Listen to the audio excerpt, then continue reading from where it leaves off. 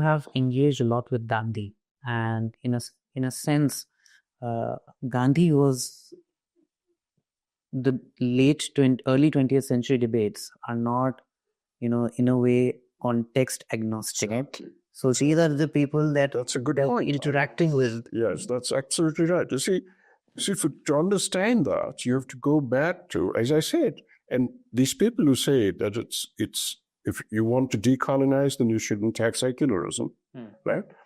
Here's a way of understanding that whole background for that. The background for that is that in Europe, and there's no doubt that secularism originated in Europe, and in Europe, secularism originated because when nations were formed after Westphalia, the way in which you generated a feeling for the nation, what is called nationalism, the way you had these nation-building exercises, the way you generated feeling for the nation, was done by something that was a very standard ploy all over Europe, which is to find an external enemy within the territory and you oppress it, you subjugate it, you despise it, and so on. And you say the nation is ours, it's not theirs. This was done with the Jews all over Europe. This was done with the Irish in Britain. This was done with the Protestants in all Catholic countries, with the Catholics in all Protestant countries, Protestant-dominated population. And so this was the standard way in Europe in which nations were developed. You created a feeling for the nation by generating a hatred for particular things, and it's an outsider.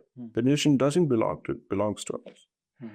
And Gandhi in India said that this is kind of nationalism we've never had. He claimed that this is another nationalism we ever had. Hindus and Muslims, he said, lived side by side with each other, Sikhs.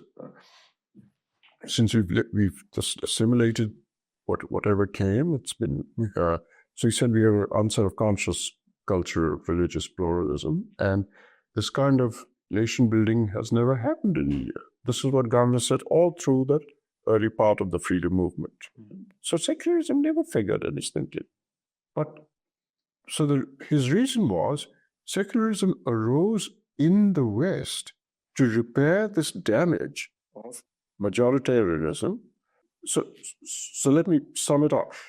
In Europe, secularism arose because you had this kind of nation-building exercises which created conflict between external enemies within, which are minorities, and majorities. So majorities wanted to create a nationalism by saying the nation is ours, not theirs.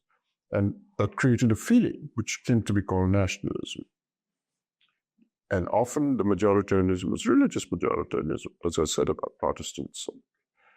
And secularism came to, and then there were minoritarian backlashes. Obviously, there would be if you have that kind of religious majoritarianism. So secularism came to say, let's get religion out of the orbit of the polity, because it's just creating this kind of civil conflict everywhere. So to sum it up, secularism emerged as a doctrine which was political doctrine, a political system by which you kept religion out of the polity, because if you allowed it in, it created this kind of nationalism based on religious majoritarianism with minorities reacting to it. And so you got this religious conflict. So get religion out of that orbit of the polity. That's how secularism arose, to repair the damage created by nationalism of a religious majoritarian kind. Gandhi said, this has not happened in India, so there's no damage to repair. So he never was committed to secularism. But the fact is that since the 1980s, that's exactly what is going on in India. They have found, you do find religious majoritarianism being exercised in the name of nationalism. And this is everywhere present since the 1980s in this country. And the reasons for that are very interesting, why they arose in the 1980s or just before that, in this form, in this European form. So we began to mimic Europe seriously only after independence. in the last 50 years. 50. Since the late 1970s, 80s onwards, we began to have this phenomenon that you find called Hindutva and so on and so forth. You had antecedents like Savarkar and so on, and Mayasabite elements in the Congress, but they were antecedents. The roots were set in the 70s and 80s for what we are saying now. And now, if Gandhi was alive, the very reason he gave for not being a secularist then would be a reason why he would be a secularist now.